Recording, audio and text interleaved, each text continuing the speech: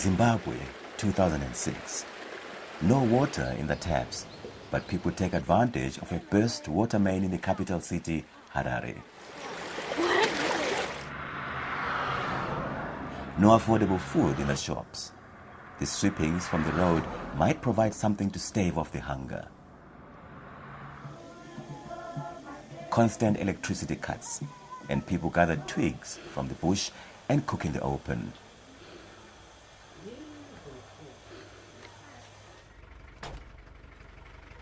Chronic shortages of fuel for transport too.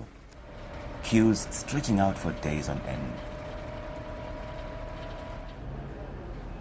Essential services can no longer deliver. There are queues for everything. And after that, more queues.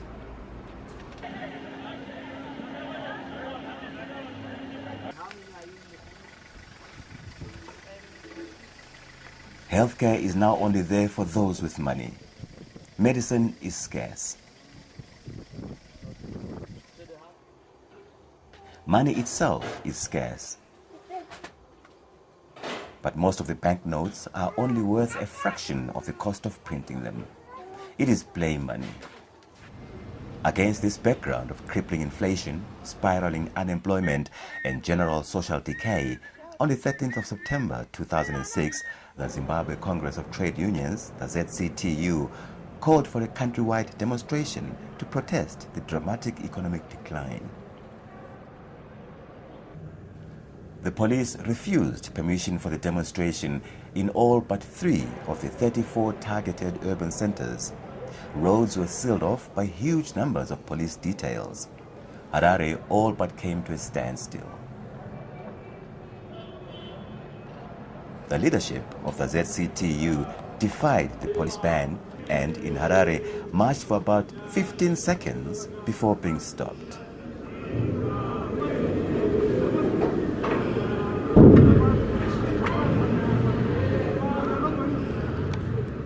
What happened next stunned those who witnessed it and later shocked the world as the news broke of the union boss's arrest and later brutal torture in police custody. Even allowing for the fact that the police officers involved assumed they had also arrested the only press cameraman in the area, the question remains, does the Zimbabwe Republic Police anymore consider itself a professional force there to uphold the law? And from whom does its members take orders when acting with such impunity?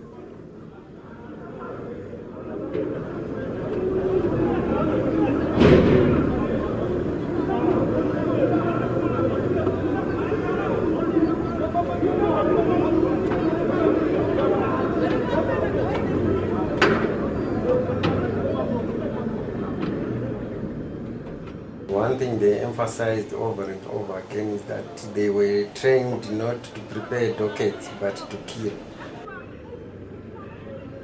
And they also stated that this country came after a lot of people had died, and therefore for it to change hands, people have to die first.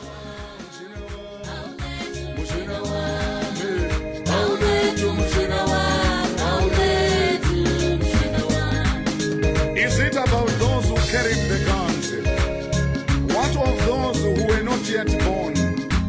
Those of us who were even too young to go and fetch firewood. What is a patriot? What is patriotism? Is it a title or an honor? Who are the sellouts? Who are the enemies of the state? Who are the unpatriotic citizens? What is patriotism? What is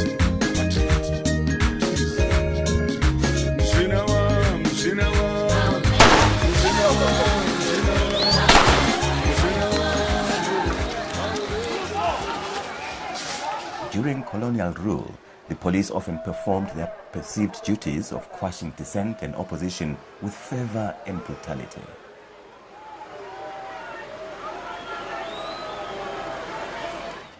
Since independence, this has not always been the case. Although certain branches of the ZRP were complicit in the Matebeleland massacres of the 1980s, the beatings, burnings and murders were largely committed by the Army's 5th Brigade and not the police. The first signs of serious disaffection with government after the Unity Accord was signed in 1987 was centered around the student movement protesting against corruption and the introduction of a de facto one-party state. The police quelled the demonstrations with tear gas, sometimes heavy-handed. But there was provocation on both sides.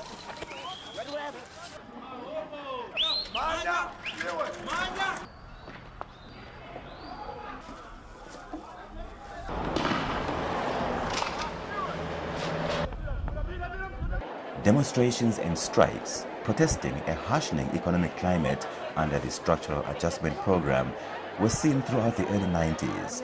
Some were allowed, others were quickly put down.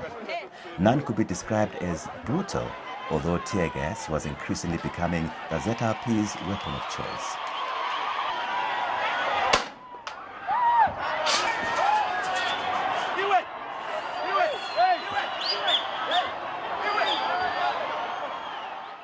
There was, however, a discipline seen in the force that checked and controlled maverick actions by individuals.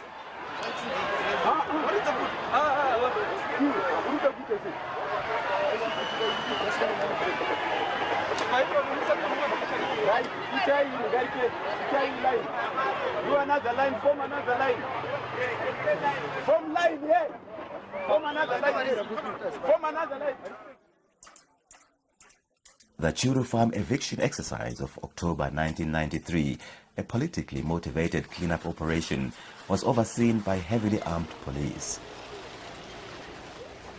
Human rights organizations, lawyers, and the press were all kept out despite a court order ruling the evictions illegal.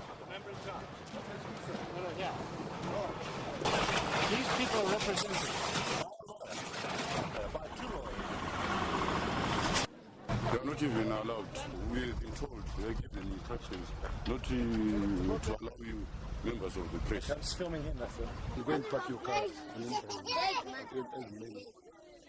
But the Minister of Home Affairs, Tumiso Tabengwa, was at pains to deny police involvement. It is a figment of your own imagination. I have stated categorically that no one has yet been evicted from that farm. They were abusing people. What did they do? They said you must take all your belongings within 30 minutes time. There is no one who has come out with evidence of a policeman giving orders to the people at Chulu Farm to get out. They ignored the court. When the police came, we are just forced to push out. And they say that if you did not push out, all your property will be damaged or destroyed. The minister was telling blatant lies, demonstrating perhaps the state's desire not to be seen as oppressive or using undue force. But demonstrations, mainly by students, were on the whole allowed to go ahead, tolerated by the police, albeit in increasingly large numbers.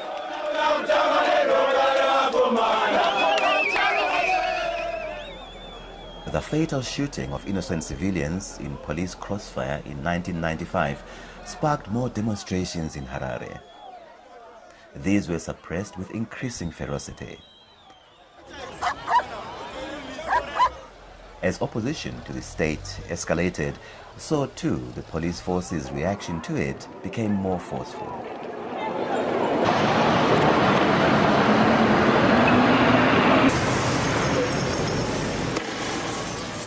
As the 90s progressed and the economy weakened further, Zimbabwe experienced an upsurge of civic unrest. At this time, civic society was at its strongest and most vocal, but the police response to it was more and more hostile. By the time the National Constitutional Assembly, the NCA, an amalgamation of civics, unions and churches, was launched in 1998, huge numbers of people from all social groupings were ready to take to the streets. Sometimes with an orderly police escort, people were allowed to march and the press was allowed to do its job. But it was becoming obvious that the state was growing more uneasy with the concepts of freedom enshrined in the Constitution. hostility between the people and the police increased. Of course, he's only doing his job, but following orders blindly is no defense. Tell them to go. Demonstrations and marches became destined not to go ahead without a struggle, and the police routinely acted in defiance of legitimate court orders.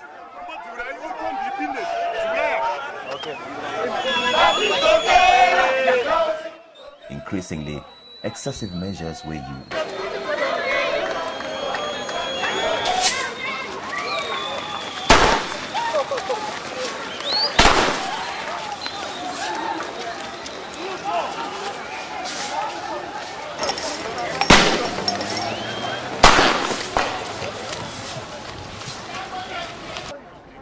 Things came to a head on April the 1st, 2000. The government had lost the referendum vote on a new constitution. The first of the illegal and often violent farm invasions had begun, sanctioned by the government and watched over but not stopped by the police.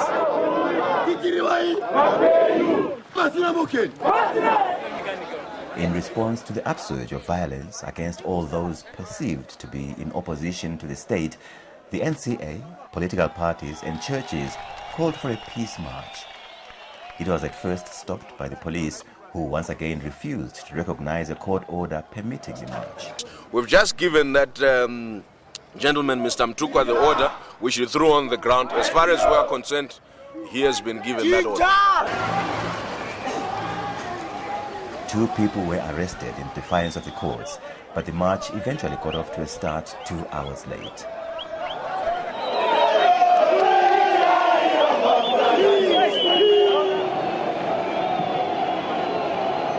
This was only after a large group of war veterans and ZANU-PF supporters had armed themselves with sticks and clubs and swarmed from the ZANU-PF headquarters into town to attack the peace marchers.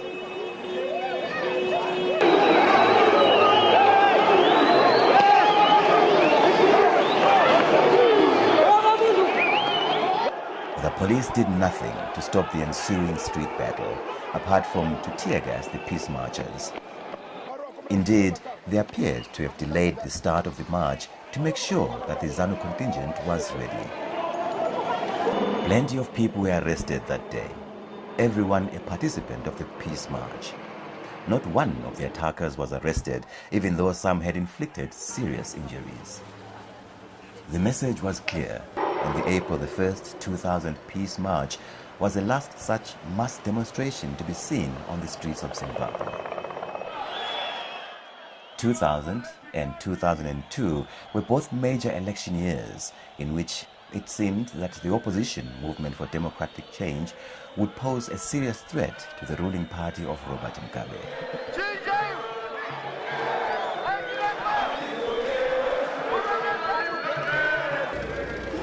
During both campaigns, scores of instances of brutal criminal violence and even the murder of opposition activists went uninvestigated by the police.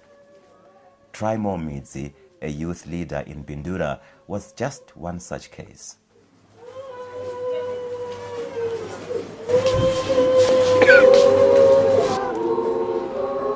Patrick Nabanyama, an MTC polling official in Bulawayo, was kidnapped on the eve of the elections by known ruling party members.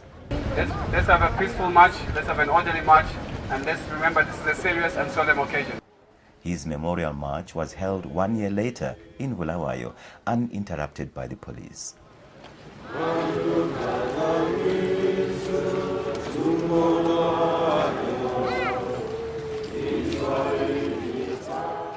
Patrick Nabanyama's body was never found. The suspects were pardoned of kidnapping by presidential amnesty. As there was no body, murder charges were dropped.